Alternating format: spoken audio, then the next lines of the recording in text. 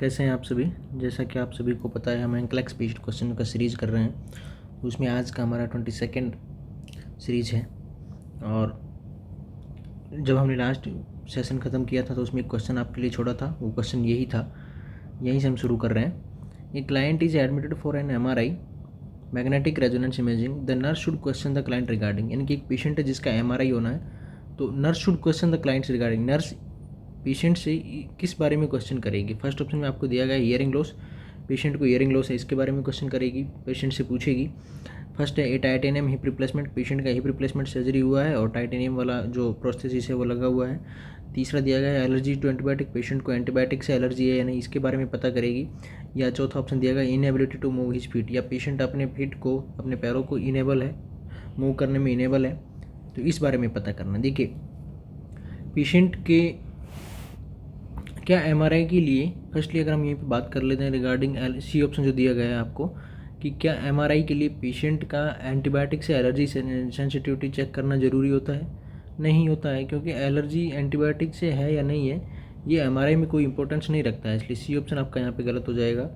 ठीक है, titanium hip replacement वाला जो पेशेंट होता है उसको MRI का सर्जरी कराया जा सकता है, ये भी यहाँ पे काउंटर इंडिकेटेड रहेगा। अगर किसी पेशेंट का टाइटेनियम हिप रिप्लेसमेंट हुआ है तो उसको MRI हो सकता है, इसलिए इसको भी नर्स कोई क्वेश्चन नहीं करेगी।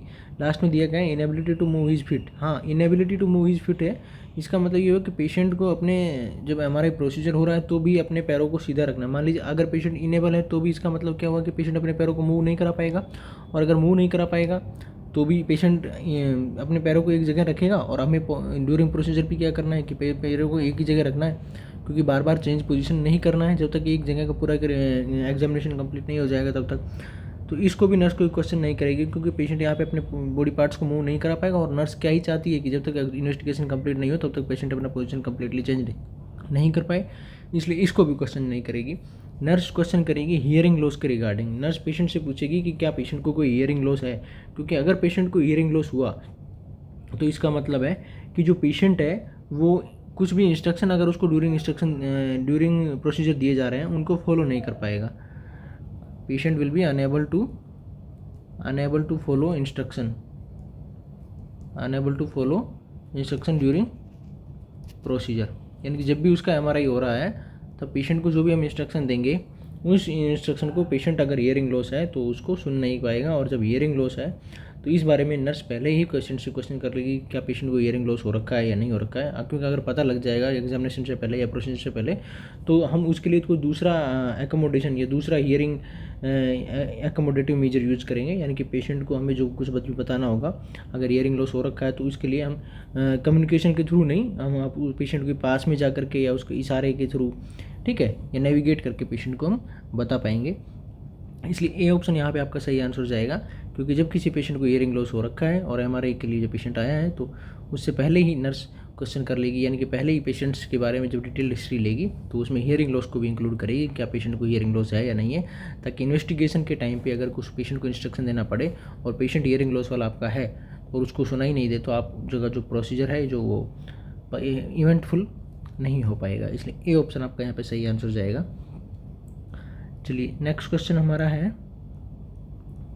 The nurse is caring for the client receiving amphotericin B, which of the following indicate that the client has experience toxicity to the drug. यानी कि एक पेशेंट है जिसको एम्फोटेरिसिन बी, ये एक एंटीबायोटिक मेडिकेशन है, एम्फोटेरिसिन बी ये चल रहा है। Which of the following indicate that the client has experience toxicity to this drug. यानी इनमें से कौन सा इफेक्ट है वो जब इस मेडिसिन का टॉक्सिसिटी होगा तो पेशेंट में देखने को मिलता है। फर्स्ट ऑप्शन में आपको दिया गया चेंज इन विजन, दूसरा नोजिया, तीसरा यूरिनरी फ्रीक्वेंसी और चौथा है चेंज इन स्किन कलर। तो अगर हम यहीं पे बात कर लें कि जो हम इस मेडिसिन के बारे में बात करते हैं, एम्फोटेरिसिन भी है जो ये एक एंटी फंगल मेडिकेशन है। जो एंटी फंगल मेडिकेशन है ये किस चीज़ में यूज़ की जाती है, जैसे कि म्यूकोरमाइकोसिस जो था, म्यूकोरमाइकोसिस एक फंगल इन्फेक्शन है, म्यूकोरमाइकोसिस में हम ये एंटी फंगल के रूप में इसमें ट्रीटमेंट के रूज में हम लेते हैं एम्फोटेरिसिन भी। ठीक है, एक कैंडिडियासिस,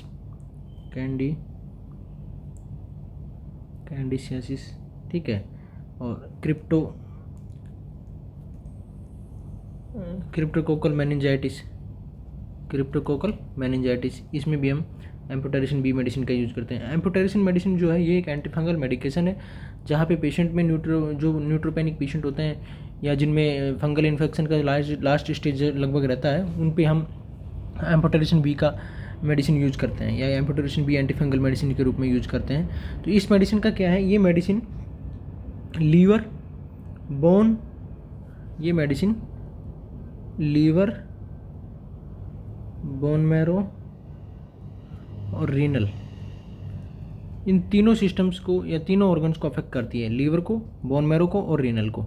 तो जब ये लीवर को इफेक्ट करती है तो इस पेशेंट में, जिस पेशेंट में एम्फोटेरिसिन बी चल रहा है, वहाँ पे लीवर अफेक्ट होगा तो पेशेंट में जॉन्डिस देखने को मिलेगा, पेशेंट में जॉन्डिस देखने को मिलेगा। और जब पेशेंट में जॉन्डिस देखने को मिलेगा तो इसका मतलब है कि पेशेंट के स्किन का कलर जो है वो चेंज हो जाएगा। इसलिए डी ऑप्शन जो है ये आपका सही आंसर हो जाएगा। ये जो एम्फोटेरिसिन बी मेडिकेशन जो है ये पेशेंट के विजन में यानी कि आईज में कोई प्रॉब्लम नहीं करती है, इसलिए ये ऑप्शन भी आपका गलत होगा। नोजिया जो सेकंड ऑप्शन दिया गया है, नोजिया जो इसका एक साइड इफेक्ट है, टॉक्सिक इफेक्ट नहीं है, ठीक है। तो साइड इफेक्ट के रूप में पेशेंट में नोजिया वॉमिटिंग देखने को मिल सकता है, लेकिन टॉक्सिसिटी यहाँ पे पूछा गया है आपसे, तो टॉक्सिसिटी के रूप में पेशेंट में नोजिया वॉमिटिंग देखने को नहीं मिलेगा, इसलिए ये ऑप्शन भी यहाँ पे गलत होगा। और यूरिनरी फ्रीक्वेंसी, पेशेंट में यूरिनरी एम्फोटेरिसिन बी लेने वाले पेशेंट में पेशेंट की यूरिनरी फ्रीक्वेंसी में कोई चेंज नहीं आता है, इसलिए ये ऑप्शन भी यहाँ पे इररिलेवेंट है।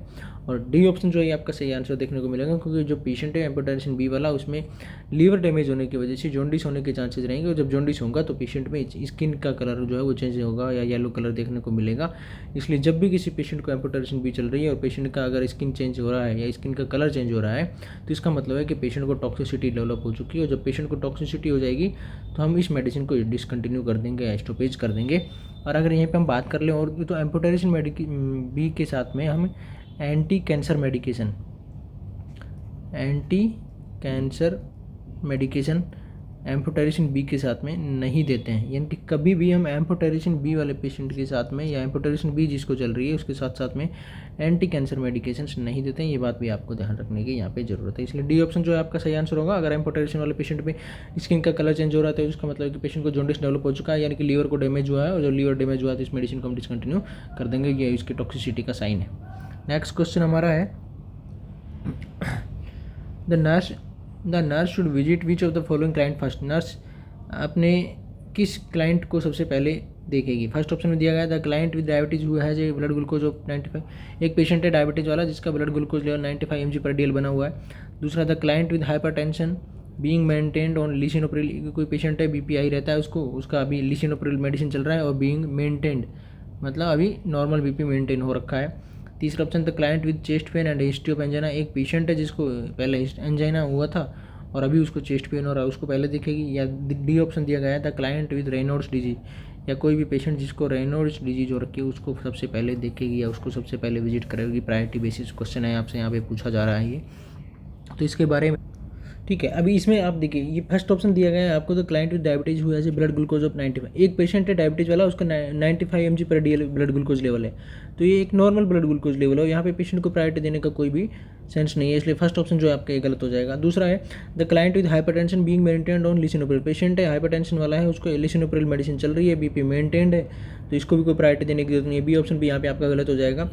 डी ऑप्शन में दिया गया है the client with Raynaud's disease, Raynaud disease क्या होता है, रेनॉल्ड डिजीज जो है वो एक वाजो स्पाज्म हो जाता है स्मॉल आर्टरीज और आर्ट्रियोल्स का, तो वहाँ पे भी इस के बारे में हम अभी डिटेल्स में बात करेंगे, तो ये ऑप्शन भी आपका यहाँ पे सही नहीं होगा।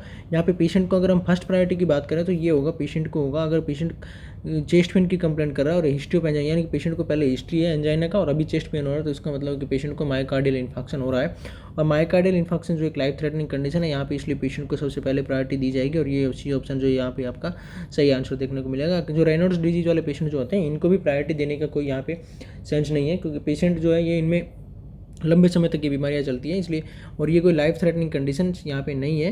यहाँ पे सिर्फ पेशेंट के टेम्परेचर वेरिएशन में और जो साइनोसिस वगैरह जो एक्सट्रीमिटीज़ में देखने को मिल सकता है, इसलिए सी ऑप्शन जो है ये हमारा लाइफ थ्रेटनिंग कंडीशंस के रूप में आएगा, और सी ऑप्शन जो है प्रायोरिटी होगा, क्योंकि नर्स सबसे पहले इसी पेशेंट को विजिट करेगी, क्योंकि पेशेंट जब भी चेस्ट पेन की कंप्लेंट कर रहा है और पहले उसको एंजाइना का हिस्ट्री है, इसका मतलब है कि पेशेंट को भी मायोकार्डियल इन्फेक्शन हो रहा है, और जब मायोकार्डियल इन्फेक्शन हो रहा है तो नर्स सबसे पहले उसी पेशेंट को विजिट करेगी। अभी हम थोड़ा सा डिटेल्स में बात करते हैं रेनॉल्ड डिजीज़ के बारे में। देखिए जो रेनॉल्ड्स डिजीज़ जो है, रेनॉल्ड्स डिजीज़ है, ये जो डिजीज़ है ये इसके बारे में हम थोड़ा डिटेल में अभी पढ़ लेते हैं। रेनो डिजीज जो है ये एक वाजोस्पाज्म है, वाजोस्पाज्म ऑफ स्मॉल आर्टरीज या आर्ट्रियोल्स, ठीक है। वाजोस्पाज्म हो जाता है स्मॉल आर्टरीज या आर्ट्रियोल्स का रेनॉल्ड्स डिजीज में। ये तो क्या कहाँ पे देखने को मिलता है, ये देखने को मिलता है हमें अपर और जो लोअर एक्सट्रीमिटीज जो होती है हमारी उसकी आर्टरीज में या आर्ट्रियोल्स में देखने को मिलता है, वाजोस्पाज्म हो जाता है। ये सबसे पहले अफेक्ट करता है हमारी जो फिंगर्स हैं, यानी कि लोअर और अपर एक्सट्रीमिटीज की जो फिंगर्स हैं, टोज़ हैं, ठीक है, और ईयर्स है या चिक, इनको ये सबसे पहले अफेक्ट करता है। फिंगर, टोज, ईयर्स और चिक्स यहाँ पे सबसे पहले हमें देखने को मिलता है। इसमें क्या असेसमेंट में हमें क्या देखने को मिलेगा, कि जब हम ब्लैंचिंग करेंगे, ब्लैंचिंग ऑफ एक्सट्रीमिटीज, जब हम एक्सट्रीमिटीज़ की कोई भी फिंगर है या टोइज है उसको जब ब्लैंचिंग यानी कि प्रेस करेंगे तो वहाँ पे हमें साइनोसिस देखने को मिलेगा, साइनोसिस देखने को मिलेगा। ये यहाँ पे वाजो कंस्ट्रिक्शन होगा। वाजोस्पाज्म का मतलब हो गया वाजो कंस्ट्रिक्शन। यहाँ पे स्मॉल आर्टरीज और आर्ट्रियोल्स का वाजोस्पाज्म या वाजो कंस्ट्रिक्शन होने की वजह से जो हमारे फिंगर्स हैं, टोज है, यानी लोअर और एक्सट्रीमिटीज, अपर एक्सट्रीमिटीज की जो फिंगर्स और टोज है वहाँ पे सबसे पहले देखने को मिलता है वाजोस्पाज्म होगा, वाजो कंस्ट्रिक्शन होगा, यानी कि ब्लड की सप्लाई है वो वहाँ पे कम हो जाएगी। ब्लड की सप्लाई कम जब हो जाएगी तो वहाँ पे जब हम ब्लैंचिंग करेंगे यानी कि पेशेंट की कोई एक्सट्रीमिटीज़ को या फिंगर टोज को प्रेस करेंगे तो वहाँ पे हमें साइनोसिस देखने को मिलेगा। और साइनोसिस देखने को मिलेगा तो इसका मतलब है कि वहाँ पे ब्लड की सप्लाई होने की वजह से, कम सप्लाई होने की वजह से वहाँ पे हमें पेशेंट में नंबनेस भी देखने को मिलेगी, टिंगलिंग भी देखने को मिलेगा, स्वेलिंग देखने को मिल सकती है, ठीक है। और कोल्ड एंड हॉट, यानी कि पेशेंट को कोल्ड और हॉट टेम्परेचर का डिफरेंस या कोल्ड टेम्परेचर का पेशेंट पता नहीं कर पाएगा। जब यहाँ पे नंबनेस रहेगी तो इसका मतलब है कि पेशेंट का जो टेम्परेचर है वो टेम्परेचर का इम्पल्सेज, टेम्परेचर की जो इम्पल्सेज है जो ब्रेन तक इन्फॉर्मेशन लेके जाएंगे वो इम्पल्सेज हिंड्रस करेगी, इसलिए पेशेंट में जो टेम्परेचर है या कोल्ड टेम्परेचर वो फील नहीं हो पाएगा। इसलिए हम पेशेंट को जब भी इस तरह के पेशेंट की केयर जब हम करेंगे तो पेशेंट को वाजोडायलेटर मेडिकेशन के रूप में मेडिसिन देंगे, वाजोडायलेटर देंगे ताकि मेडिसिन का जो इफेक्ट है वो वाजोडायलेट करे ब्लड वेसल्स को और वहाँ पे ब्लड की सप्लाई एडिक्वेट हो। ब्लड की सप्लाई एडिक्वेट होगी तो नंबनेस, टिंगलिंग, स्वेलिंग जो ये है सारी समस्याएं रिजोल्व हो पाएगी। वाजो कंस्ट्रिक्शन की वजह से जो वहाँ पे साइनोसिस देखने को मिल रहा है वो भी रिजोल्व हो पाएगा अगर वाजोडायलेटर मेडिकेशन देंगे, यानी कि पेशेंट की ब्लड वेसल्स को वाजोडायलेट करेगी तो। और पेशेंट को हम स्मोकिंग, ये पेशेंट अगर कोई स्मोकिंग करता है तो उसमें भी ज़्यादा देखने को मिल सकती है, क्योंकि स्मोकिंग में जो स्मोकिंग करते हैं उन पेशेंट में निकोटीन का जो लेवल है, जो टबैको में निकोटीन होता है वो वाजो कंस्ट्रिक्शन कराता है। और रेनॉल्ड्स डिजीज वाले पेशेंट में पहले से ही वाजोस्पाज्म या वाजो कंस्ट्रिक्शन रहता है, इसलिए इस पेशेंट को हम स्मोकिंग को भी बंद करने को बोलेंगे। और पेशेंट को हम वार्म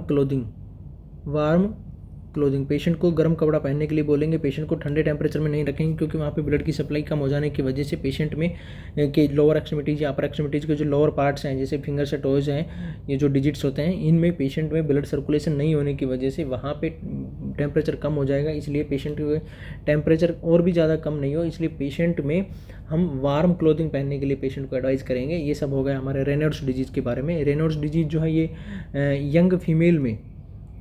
यंग फीमेल में ज़्यादा देखने को मिलती है कंपेरेटिव टू मेल की अगर हम बात करें तो। रेनॉल्ड्स डिजीज़ एक वाजोस्पाज्म में होता है, आर्टरीज और आर्ट्रियोल्स का अपर और लोअर एक्सट्रीमिटीज़ में कॉमनली देखने को मिलती है। जो वाजो कंस्ट्रिक्शन होगा तो कॉमनली फिंगर्स, टोज, ईयर और चिक में ज़्यादा देखने को मिलती है। ब्लैंचिंग जब हम करेंगे एक्सट्रीमिटीज़ का तो वहाँ ब्लड सप्लाई की कमी होने की वजह से साइनोसिस देखने को मिलेगा। नमनेस, टिंगलिंग, स्वेलिंग देखने को मिल सकती है। कोल्ड टेम्परेचर जो है वो ठंडा, बॉडी का पार्ट है वो ठंडा देखने को मिलेगा, इसलिए पेशेंट को हम वाजोडायलेटर मेडिकेशन देंगे। पेशेंट को गर्म कपड़े पहनने के लिए बोलेंगे, स्मोकिंग को अवॉइड करने के बोलेंगे। ये सब हम रेनॉल्ड्स डिजीज़ के बारे में पढ़ा। दूसरा एक डिजीज और होती है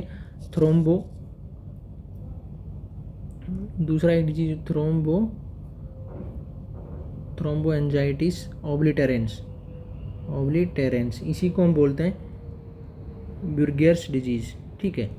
ये भी लगभग सेम डिजीज़ है, रेनॉल्ड्स डिजीज़ जैसे ही है। इसमें क्या है, ऑक्लूजन हो जाता है ये थ्रोम्बोएंजाइटिस ऑब्लिटेरेंस और दूसरा हमने पढ़ा था रेनॉल्ड्स डिजीज़, ये दोनों ही पेरिफेरल आर्टरीज डिजीज़ में काउंट किए जाते हैं। कार्डियोवास्कुलर सिस्टम की पेरिफेरल आर्टरीज डिजीज़ यानी कि दूर की जो आर्टरीज है, पेरिफेरल आर्टरीज है, उनमें जो डिसऑर्डर होते हैं उनमें काउंट किए जाते हैं। तो ब्यूर्गेर्स डिजीज़ या ये जो इसमें क्या होता है, occlusion of median and small arteries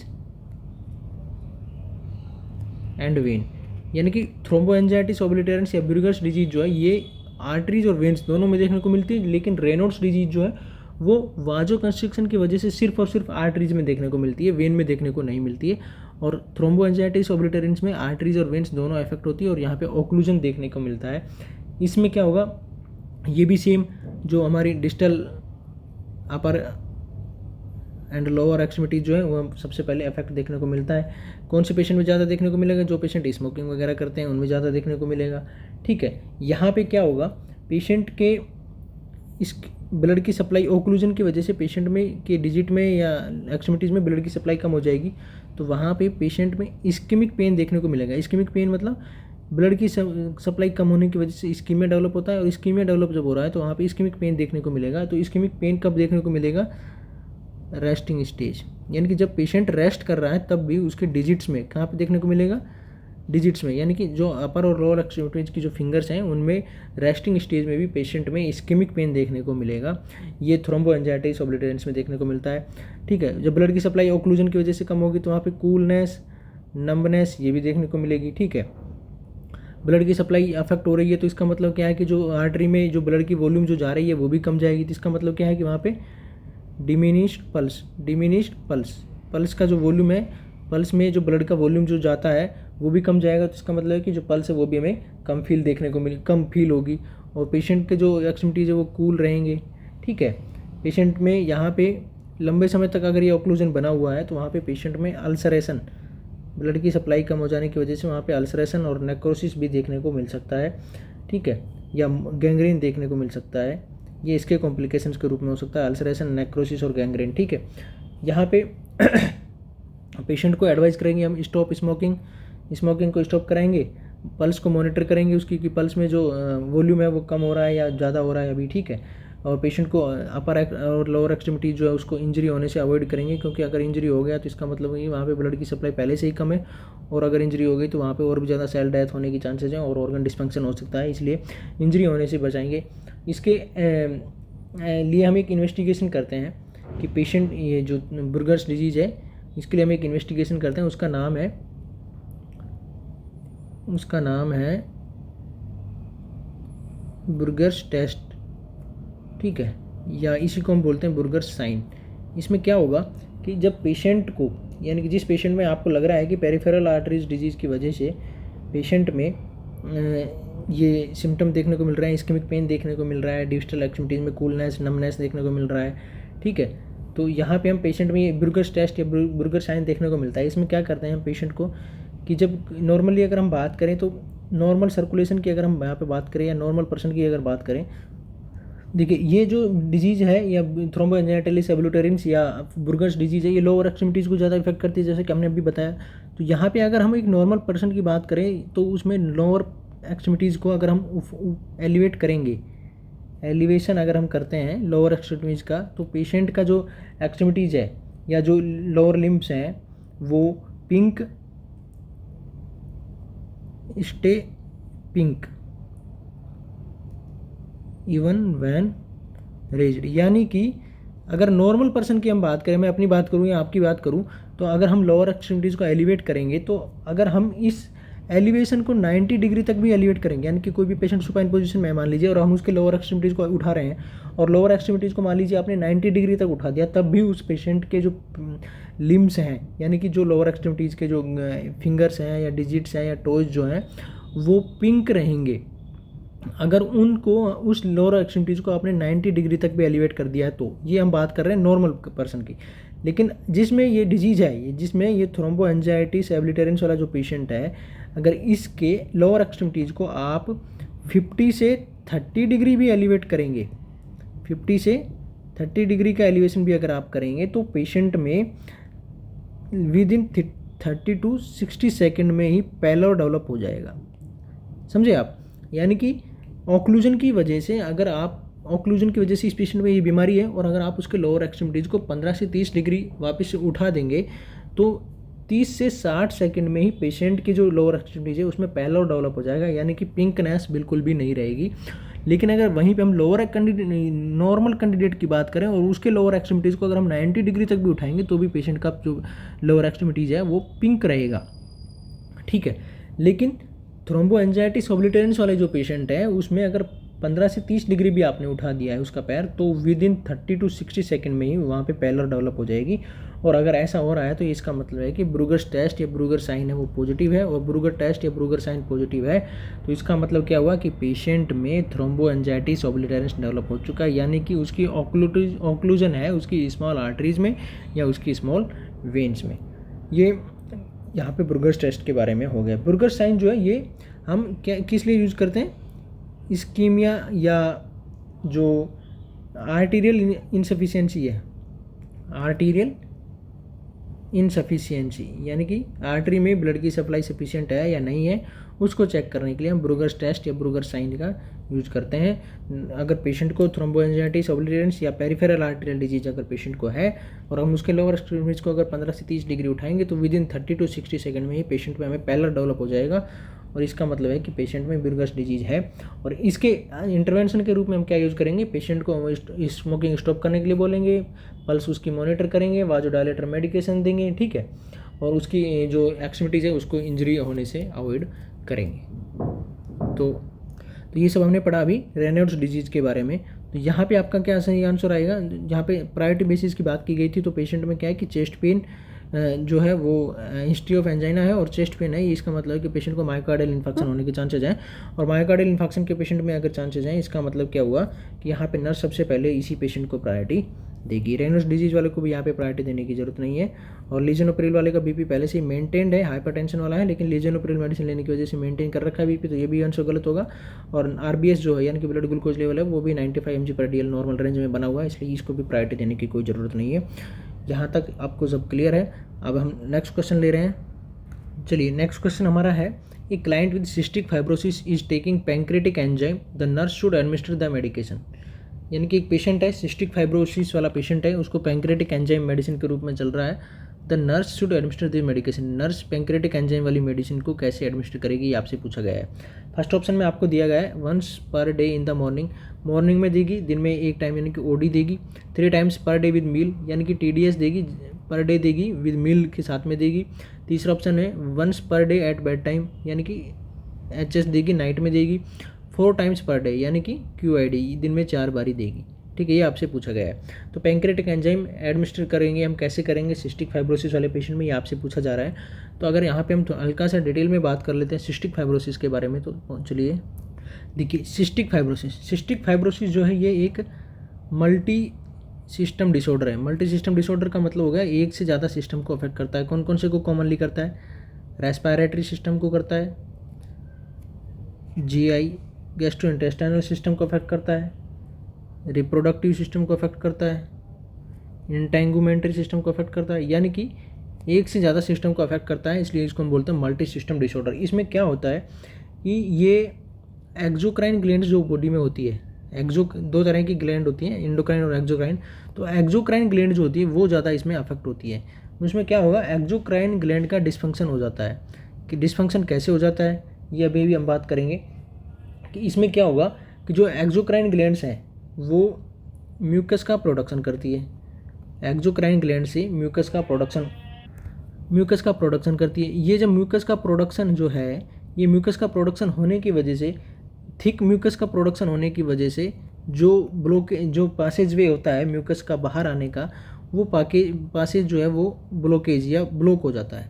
अब ब्लॉक हो जाने की वजह से जो म्यूकस है वो वहीं पे रुक जाएगा जहाँ से जनरेट हुआ है, वहाँ पे जनरेट हो जाने की, मान लीजिए ये अगर लंग्स में जनरेट हुआ और वहीं पे रुक गया है, तो वहाँ पे म्यूकस का प्रोडक्शन या इकट्ठा हो जाने की वजह से बैक्टीरियल कोलोनाइजेशन, बैक्टीरियाज की कॉलोनी बन जाएगी, बैक्टीरियाज की कॉलोनी बन जाएगी तो इन्फेक्शन हो जाएगा, और इन्फेक्शन अगर हो गया तो इसका मतलब है कि वहाँ पे रेस्पिरेटरी सिस्टम हमारा इन्वॉल्व हो चुका है सिस्टिक फाइब्रोसिस में। और अगर ऐसे ही हम यहाँ पे बात कर लें इसके रिगार्डिंग, और कि मान लीजिए ये हुआ इंटेंगुमेंट्री सिस्टम में, तो इंटेंगुमेंट्री सिस्टम में भी जो म्यूकस का प्रोडक्शन हो जाने की वजह से पासेज का ब्लॉकेज हो जाएगा, पासेज ब्लॉक हो जाएगा, तो इसका मतलब जो सोडियम और जो क्लोराइड है या जो स्वेट जो है वो बाहर नहीं निकल पाएगा, सोडियम क्लोराइड बाहर नहीं निकलेगा, स्वेटिंग नहीं होगी, तो जो स्वेट ग्लैंड का डिस्फंक्शन होगा, स्वेट ग्लैंड का डिस्फंक्शन होगा तो पेशेंट में सोडियम और क्लोराइड का जो लेवल है वो स्वेट कंसंट्रेशन में, यानी कि पसीने में पेशेंट के में स्वेट क्लोराइड जो लेवल है वो बढ़ जाएगा। और सोडियम और क्लोराइड का लेवल अगर पेशेंट के स्वेट में बढ़ा हुआ है तो इसका मतलब क्या है, इसके लिए हम एक स्वेट क्लोराइड टेस्ट करते हैं, अगर ये इसमें अगर लेवल बढ़ा हुआ आ रहा है स्वीट क्लोराइड का स्वेट में, तो इसका मतलब है कि पेशेंट को सिस्टिक फाइब्रोसिस है। अगर नॉर्मल के लेवल की बात करें तो 40 मिलीक्यूलेंट से कम, मिलीक्यूलेंट पर लीटर से कम होता है स्वीट क्लोराइड लेवल। लेकिन सिस्टिक फाइब्रोसिस में पेशेंट में क्या होगा कि मोर देन 60 मिली इक्विवेलेंट पर लीटर देखने को मिलता है। इसका मतलब क्या है कि पेशेंट में जो स्वेट ग्लैंड है उनके जो डक्ट हैं उनका ब्लॉकेज हो गया है। ब्लॉकेज हो जाने की वजह से पेशेंट में सोडियम क्लोराइड का जो लेवल है वो स्वेट में बढ़ गया है। इसलिए स्वेट क्लोराइड जब हम करेंगे पेशेंट को, जब मान ली इसका डायग्नोसिस एक तरह से किसिंग से भी किया जाता है, यानी कि जब पेशेंट को आप किस करते हैं तो उसका मतलब है कि आपको उसमें वहाँ पे पेशेंट में जब किस करेंगे तो सोडियम लेवल, यानी कि जैसा साल्ट का जो टेस्ट होता है ऐसा टेस्ट आपको देखने को मिलेगा जब आप किस करेंगे पेशेंट को। तो ये एक डायग्नोसिस के रूप में यूज़ किया जाता है sweat chloride test cystic fibrosis वाले पेशेंट में। और अगर यहीं पे हम बात कर लें कि जीआई सिस्टम को कैसे इन्वॉल्व करता है, तो जीआई सिस्टम में क्या है कि पैंक्रियाज जो है एक्सोक्राइन और एंडोक्राइन दोनों तरह की ग्लैंड है। हमने यहाँ पे बताया था कि cystic fibrosis multi system disorder है और एक्सोक्राइन ग्लैंड के डिस्फंक्शन हो जाने की वजह से होता है। तो पैंक्रियाज में एक्सोक्राइन ग्लैंड डिस्फंक्शन की वजह से जो डक्ट है वो ब्लॉक हो जाएगी। डक्ट में ब्लॉकेज अगर होगा तो पैंक्रेटिक एंजाइम्स जो है वो बाहर नहीं निकल पाएंगे। पैंक्रेटिक एंजाइम्स अगर बाहर नहीं निकल पाएंगे तो इसका मतलब क्या है कि लाइपेज या जो फैट हो जो होता है उसका डाइजेशन या मेटाबॉलिज्म नहीं हो पाएगा। डाइजेशन मेटाबॉलिज्म नहीं हो पाएगा तो पेशेंट में वेट गेन नहीं होगा या ग्रोथ रिटार्डेशन देखने को मिलेगा। ग्रोथ रिटार्डेशन वहाँ पे अगर पेशेंट में देखने को मिल रहा है तो इसका मतलब है कि वहाँ पे हमें पेशेंट को हाई कैलोरिक डाइट और ये सब देना पड़ेगा, फूड सप्लीमेंट के देना पड़ेगा। तो अब यहाँ पे क्वेश्चन जो था आपका वो पूछ रहा था तो जो क्वेश्चन था वो आपका पूछ रहा था कि पैंक्रेटिक एंजाइम वाले यानी कि सिस्टिक फाइब्रोसिस वाले पेशेंट में आप पैंक्रेटिक एंजाइम कैसे देंगे। तो अगर सिस्टम ये जो सिस्टिक फाइब्रोसिस जो है अगर ये पैंक्रेटिक एंजाइम यानी कि सिस्टमिक डिसऑर्डर जीआई सर्कुलेशन को या जीआई को भी गैस्ट्रोइंटेस्टाइनल सिस्टम को भी अफेक्ट कर रहा है, तो इसका मतलब क्या है कि वहाँ पे पैंक्रियाज का ब्लॉक हो जाने की वजह से पेशेंट में पैंक्रेटिक जूस का जो लेवल है या पैंक्रेटिक जूस जो है वो स्मॉल इंटेस्टाइन में नहीं पहुंच पा रहा है। पैंक्रेटिक जूस स्मॉल इंटेस्टाइन में नहीं पहुंच पा रहा है तो इसका मतलब है कि फैट का डाइजेशन या मेटाबॉलिज्म नहीं होगा। फैट का मेटाबॉलिज्म डाइजेशन नहीं होगा तो क्या होगा कि वहाँ पे हम पेशेंट को पैंक्रियाज या पैंक्रेटिक एंजाइम जो है वो बाहर से देंगे। ठीक है, तो पैंक्रेटिक एंजाइम पेशेंट में कम होने की वजह से हम पेशेंट में बाहर से पैंक्रेटिक एंजाइम देंगे और वो पैंक्रेटिक एंजाइम फैट का मेटाबॉलिज्म डाइजेशन कराएंगे। और जब मेटाबॉलिज्म डाइजेशन फैट का होगा तो यही हमारा पर्पज़ है कि हम पेशेंट को पैंक्रेटिक एंजाइम दें। और जब पैंक्रेटिक एंजाइम हम पेशेंट को जब देंगे तो ये हम पेशेंट को खाना खाने से 30 मिनट बिफोर यानी कि खाना खाने से 30 मिनट पहले हम पेशेंट को देंगे। और कब देंगे, जब भी पेशेंट खाना खाएगा, व्हेन पेशेंट फीड, यानी कि जब भी पेशेंट खाना खाएगा या पेशेंट जब भी स्नैक्स खाएगा, यानी कि जब भी पेशेंट कुछ खा रहा है तभी उसको हम 30 मिनट बिफोर उसको ये पैंक्रेटिक एंजाइम देंगे। ये पैंक्रेटिक एंजाइम हम कब नहीं देंगे पेशेंट को, अगर पेशेंट को हमने एनपीओ रखा हुआ है। इसका मतलब है कि पेशेंट अभी खाली पेट है या एनपीओ रखा हुआ है तो वहाँ पे पेशेंट को डाइजेस्ट कराने के लिए कोई एंजाइम की ज़रूरत नहीं है, इसलिए हम पैंक्रेटिक एंजाइम को होल्ड करेंगे। लेकिन जब भी हम पेशेंट को कुछ खाने को दे रहे हैं तो उसके 30 मिनट पहले हम पेशेंट को पैंक्रेटिक एंजाइम देंगे ताकि वो पेशेंट जो भी कुछ खा रहा है वो पैंक्रेटिक एंजाइम की वजह से वहाँ पे डाइजेस्ट हो पाए या मेटाबोलाइज हो पाए। ये हमारा यहाँ पे पर्पज़ है। तो क्वेश्चन जो था उसकी तरफ अभी चलते हैं हम आपके। तो क्वेश्चन आपका पूछ रहा था कि सिस्टिक फाइब्रोसिस वाला पेशेंट है उसको पैंक्रेटिक एंजाइम चल रहा है। आपको समझ में आ गया कि अभी पैंक्रेटिक एंजाइम क्यों चल रहा है। तो दिया गया nurse should administer the medication. Pancreatic enzyme वाली मेडिसिन को पेशेंट कैसे एडमिनिस्टर करेगी, अभी हमने बता दिया तो कैसे करेगी। फर्स्ट ऑप्शन यहाँ पे आपका दिया गया है 3 टाइम्स पर डे विद मील। ये सिस्टम, ये आंसर जो है आपका सही जाएगा क्योंकि पर डे विद मील का मतलब क्या होगा, यानी कि जब पेशेंट खाना खा रहा है तभी हम उसको देंगे। Once per day in the morning, ये कोई ज़रूरी नहीं है कि वंस पर डे आप देंगे क्योंकि जब भी पेशेंट खाना खाएगा तभी आपको देना है। तो फर्स्ट ऑप्शन आपका गलत हो जाएगा। Once per day at bed time देने से भी कोई मतलब नहीं है। 4 टाइम्स पर डे देने से भी कोई मतलब नहीं है। 3 टाइम्स पर डे हम पेशेंट को देंगे, यानी कि अगर नॉर्मली आइडियली हम बात करें तो पेशेंट दिन में 3 बार खाना खाता है। लेकिन अगर इससे भी ज़्यादा हट के हम बात करें ऑप्शन से एक्स्ट्रा जा करके, तो इसका मतलब है कि जब भी पेशेंट स्नैक्स खा रहा है या पेशेंट जब भी डिनर, लंच और ब्रेकफास्ट जब भी कुछ भी कर रहा है, तो इस तरह से जब पेशेंट खाना खाएगा या डिनर कर रहा है, लंच कर रहा है, ब्रेकफास्ट कर रहा है या स्नैक्स खा रहा है, तभी उसमें 30 मिनट पहले हम पेशेंट में पैंक्रेटिक एंजाइम वाली मेडिसिन देंगे। और ऑप्शन बी है जो ये आपका सही आंसर हो जाएगा। विद मील का मतलब क्या हुआ यहाँ पे कि जब पेशेंट खाना खा रहा है तब हम देंगे। अगर पेशेंट एनपीओ हो तो हमें वहाँ पे पैंक्रेटिक एंजाइम पेशेंट को देने की कोई ज़रूरत नहीं है, इसलिए ये बी ऑप्शन जो है आपका सही आंसर होगा। ये सब था सिस्टिक फाइब्रोसिस के बारे में। सिस्टिक फाइब्रोसिस वाले पेशेंट में क्या है कि वहाँ पे लंग्स डैमेज होने के भी ज़्यादा चांसेस रहते हैं और जो डेथ होती है वो ज़्यादा कॉमनली जो रेस्पिरेटरी डिप्रेशन की वजह से इस पेशेंट में देखने को मिलती है। मल्टी सिस्टम डिसऑर्डर है, क्रॉनिक है और इनक्योरेबल है। यानी कि सही होने के चांसेस नहीं है। अगर पेशेंट को सर्वाइवल अगर हम चाहते हैं तो पेशेंट में ऑर्गन डोनेशन करने की जरूरत पड़ती है। मान लीजिए अगर पैंक्रियाज को ज़्यादा इफेक्ट करता है तो पैंक्रियाज डोनेशन की यहाँ पे ज़रूरत होगी, यानी कि पेशेंट में पैंक्रियाज का ट्रांसप्लांट दूसरे पेशेंट का किया जाए, तब पेशेंट की हम जो सर्वाइबिलिटी है उसको बढ़ा सकते हैं। बाकी इस डिसऑर्डर को ट्रीट नहीं किया जा सकता है। ये सब सिस्टिक फाइब्रोसिस के बारे में था। चलिए नेक्स्ट क्वेश्चन है हमारा, cataract result in opacity of the crystal lens, which of the following best explain the function of the lens. यानी कि एक पेशेंट है उसमें कैटरैक्ट हो गया है। कैटरैक्ट का मतलब क्या होगा, opacity of the crystalline lens, जो लेंस होता है उसका ओपेसिफिकेशन अगर हो गया है तो उसको हम बोलते हैं cataract. Which of the following best explain the function of the lens. तो आपसे ये पूछा गया कि आई में जो लेंस होता है उसका क्या फंक्शन है, इनमें से कौन सा फंक्शन जो है वो आई के लेंस का है। फर्स्ट ऑप्शन दिया गया the lens control stimulation of the retina, lens जो है वो रेटिना के स्टिमुलेशन का कंट्रोल करता है। दूसरा दिया गया the lens orchestrate eye movement. तीसरा है the lens focus light rays on the retina. Third last option है the lens magnify small object. तो आपसे पूछा जा रहा है कि आई में जो लेंस लगा होता है उसका क्या फंक्शन है, और अगर किसी पेशेंट में कैटरैक्ट होने की वजह से उसका ओपेसिफिकेशन हो गया तो उसमें से क्या इफेक्ट देखने को मिलेगा, ये आपको यहाँ पे समझ होनी चाहिए।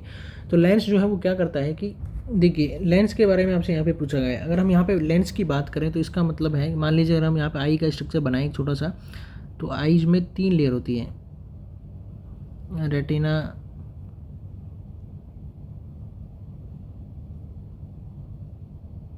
इस तरह से 3 लेयर पेश आई में होती है। प्यूपिल्स हो गया, ठीक है।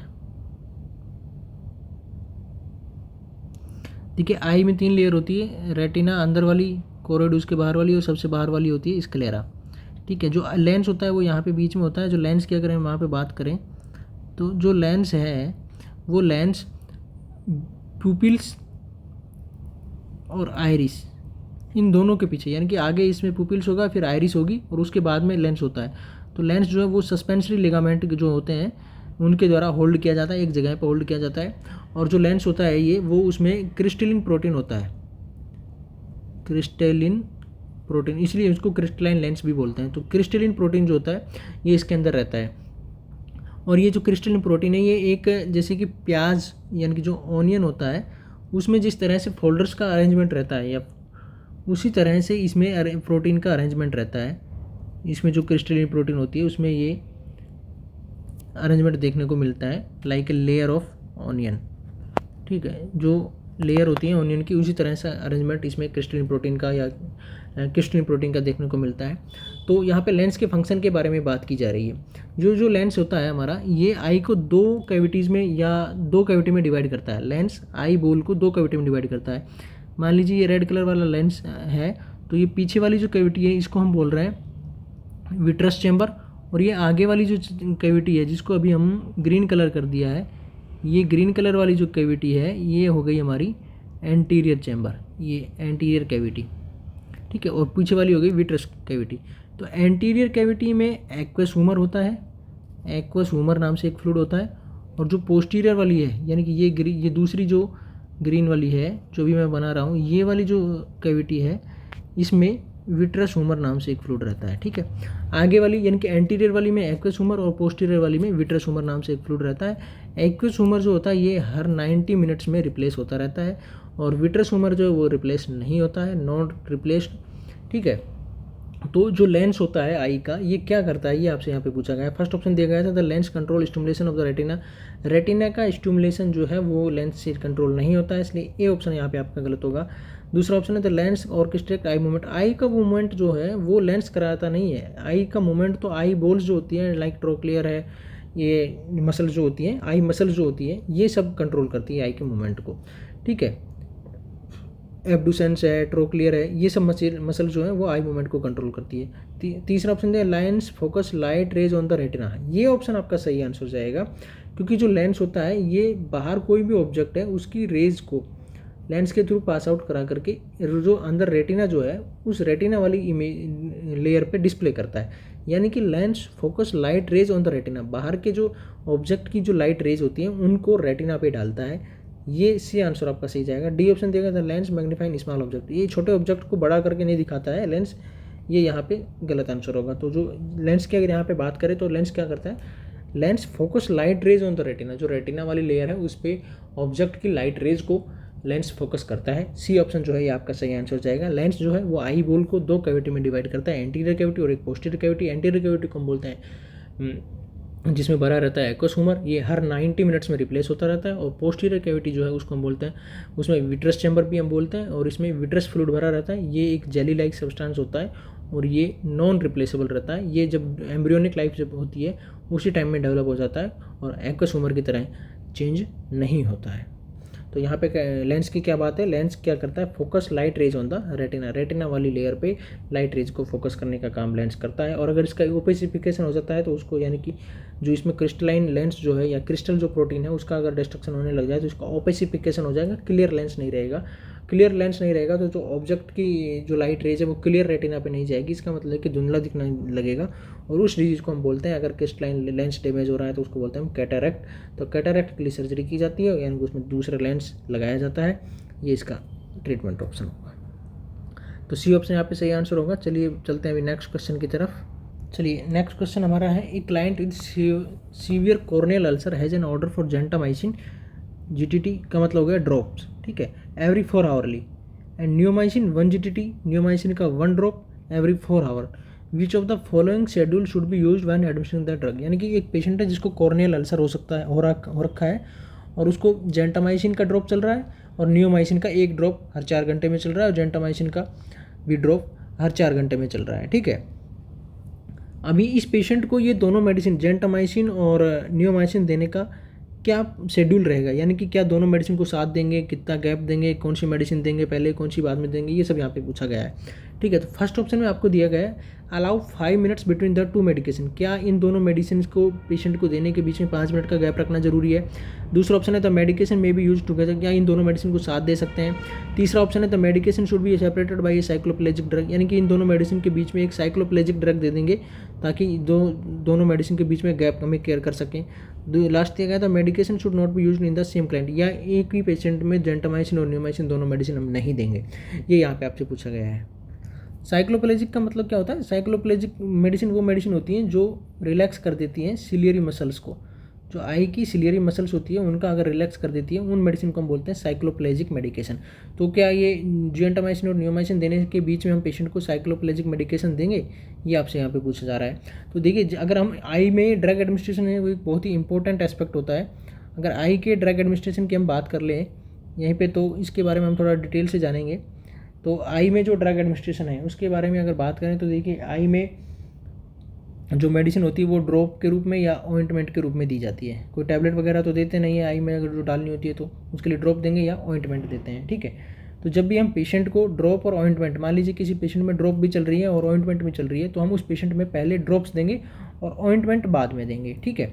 तो ड्रॉप जो है आई का वो फर्स्ट पहले डालेंगे, ऑइंटमेंट बाद में देंगे। और अगर ऑइंटमेंट दे रहे हैं तो इसका मतलब अगर कोशिश करें अगर ऑइंटमेंट दे रहे हैं तो वो पेशेंट में बैड टाइम में दें, बैड टाइम में ऑइंटमेंट देंगे, ठीक है। अगर ऑइंटमेंट किसी पेशेंट को चल भी रहा है तो, और बैड टाइम में देंगे तो पेशेंट में क्या बोलेंगे कि पेशेंट का जो लोअर कंजक्टाइवल सैक जो है, लोअर कंजक्टाइवल सैक जो है उसके अगेंस्ट में हम ऑइंटमेंट को अप्लाई करेंगे, ठीक है। और ऑइंटमेंट अप्लाई करने के बाद पेशेंट को जेंटली क्लोज आईज, जेंटली आई को बंद करने के लिए बोलेंगे। जेंटली जब पेशेंट आई क्लोज करेगा तो उसको हम बोलेंगे कि वो अपने आई बॉल का जो है रोलिंग मूवमेंट कराए, यानी कि आई की जो मूवमेंट है उसको कराए।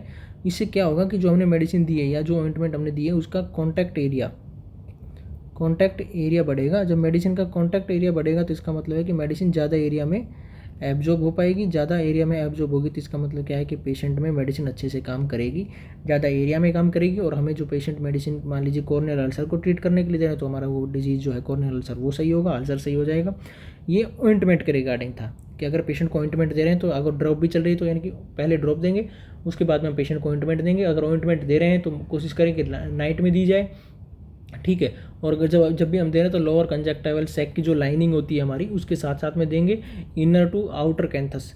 मान लीजिए ये पेशेंट का नोज है, ये यहाँ पे ख़त्म हो रहा है और ये इसकी आई है, ये दोनों आई है, तो ये वाला जो कॉर्नर जो हमारा है लेटरल वाला साइड में इसको हम बोलते हैं आउटर कैंथस, और ये जहाँ पे नोज वाली साइड है इसको हम बोलते हैं इनर कैंथस। तो जब भी लोअर कंजक्टाइवल सैक का मतलब होगा ये वाला जो लाइनिंग है इसके साथ साथ में देंगे एक थिन रिबन लाइक लेयर के रूप में देंगे, ऐसे उसमें डाल देंगे, ठीक है। इनर से आउटर की तरफ डालेंगे, ऐसे करके डालेंगे, ठीक है। तो ड्रॉप ऑइंटमेंट जो है वो लास्ट में देंगे, ड्रॉप पहले देंगे, लोअर कंजक्टिवल सैक में देंगे। जेंटली पेशेंट को आई बंद करने के लिए बोलेंगे और उसको बोलेंगे कि आपने आई का मूवमेंट कराए। अगर आई का मूवमेंट होगा तो क्या होगा कि इससे मेडिसिन का जो कॉन्टैक्ट एरिया है वो बढ़ेगा, और मेडिसिन का कॉन्टैक्ट एरिया बढ़ेगा, इसका मतलब कि मेडिसिन अच्छे से एब्जॉर्ब होगी, अच्छे से एब्जॉर्ब होगी तो पेशेंट में अच्छे से एक्शन कर पाएगी। ये सब हमने पढ़ा ऑइंटमेंट के बारे में। अब हम बात करते हैं पेशेंट में ड्रॉप्स के बारे में, ड्रॉप के बारे में, या मेडिसिन जो ड्रॉप के बारे में मतलब हो गया जो मेडिसिन पेशेंट को आई ड्रॉप के रूप में हम यूज़ करते हैं, उन मेडिसिन के बारे में बात करें। अगर किसी भी पेशेंट में आई ड्रॉप चल रही है तो हम सबसे पहले अपने हैंड वॉश करेंगे, ग्लविंग करेंगे, यानी कि ग्लव्स यूज़ करेंगे। उसके बाद में हम उसमें डालेंगे, कब डालेंगे, लोअर कंजक्टाइवल सैक में डालेंगे, लोअर कंजक्टाइवल सैक में मेडिसिन को डालेंगे, डायरेक्ट कॉर्निया पे अप्लाई नहीं करेंगे, ठीक है। लोअर कंजक्टाइवल सैक में डालेंगे। इससे आगे हम क्या करेंगे, जो भी कोई भी मेडिसिन मान लीजिए जो चल रहा है, या जो भी कोई ड्रॉपर है या कोई भी मेडिसिन है, उसको आई लेसेज या आई के किसी भी पार्ट से टच नहीं कराएंगे, ठीक है। आई लेसेज या आई के किसी भी पार्ट से टच नहीं कराएंगे। मेडिसिन जो है उसके बोतल को या उसके कंटेनर को भी हम टच नहीं करेंगे। मेडिसिन के डायरेक्ट कैप को ओपन करेंगे, या ड्रॉप जिसमें है कंटेनर जो है उसके डायरेक्ट कैप को ओपन करेंगे और लोअर कंजक्टिवल सैक में डालेंगे, ठीक है। जब भी हम कोई दो ड्रॉप्स डाल रहे हैं, मान लीजिए एक जैसे हमें क्वेश्चन में अभी दिया गया था, एक तो जेंटामाइसिन डाल रहे हैं और दूसरा हम क्या डाल रहे हैं, नियोमाइसिन, ठीक है। दोनों ड्रॉप के रूप में आपके पास है। तो जब भी हम 2 एंटीबायोटिक मेडिकेशन पेशेंट में डाल रहे हैं, या जब 2 ड्रॉप पेशेंट में डाल रहे हैं, 2 मेडिसिन का कोई भी ड्रॉप हम पेशेंट में डाल रहे हैं, तो इन दोनों ड्रॉप, पहली मेडिसिन और दूसरी मेडिसिन के बीच में कम से कम 3 से 5 मिनट का गैप होना ज़रूरी है, 3 to 5 मिनट।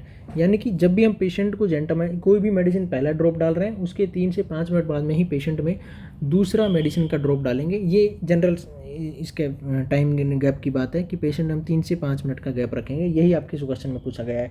इसके अलावा और हम अगर ऑइंटमेंट डालने की बात करें, ये ड्रॉप डालने की बात करें, तो ड्रॉप डालने के टाइम पेशेंट को हम आई क्लोज करने के लिए बोलेंगे कि वो पेशेंट अपने आई, जैसे ही ड्रॉप डाला पेशेंट को बोल देंगे आई क्लोज करें, और जो उसका इनर कैंथस है, इनर कैंथस का मतलब आई का वो वाला एरिया जहाँ से मेडिसिन से एब्जॉर्ब, जो नोज वाली साइड है, जिसको मीडियल कैंथस भी बोलते हैं, इनर कैंथस या मीडियल कैंथस को पेशेंट को 30 to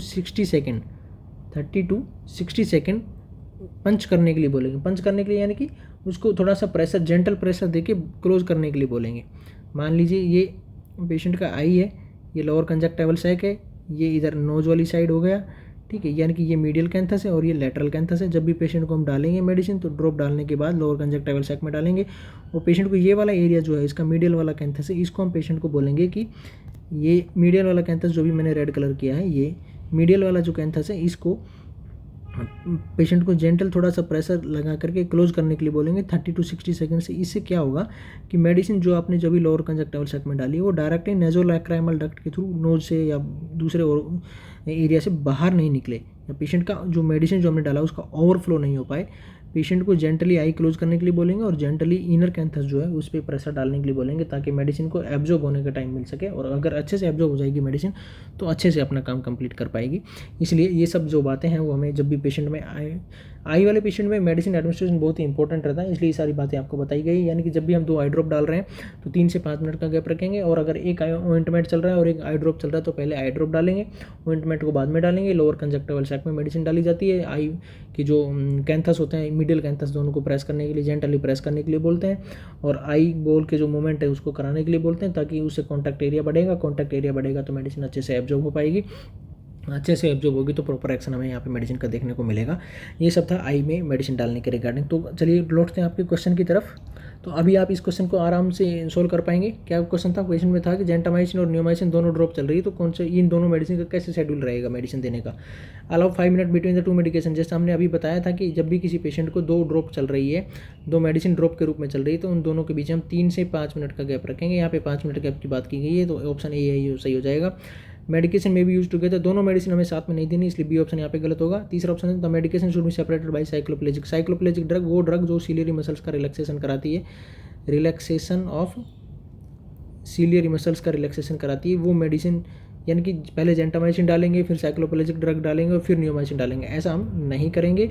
और लास्ट ऑप्शन था the medication should be not used in same client. नहीं, किसी भी पेशेंट में दोनों मेडिसिन साथ में यूज की जा सकती है, ऐसा कोई जरूरी नहीं कि जेंटामाइसिन और नियोमाइसिन दोनों को एक साथ नहीं देना, इसलिए ये डी ऑप्शन भी आपका गलत हो जाएगा।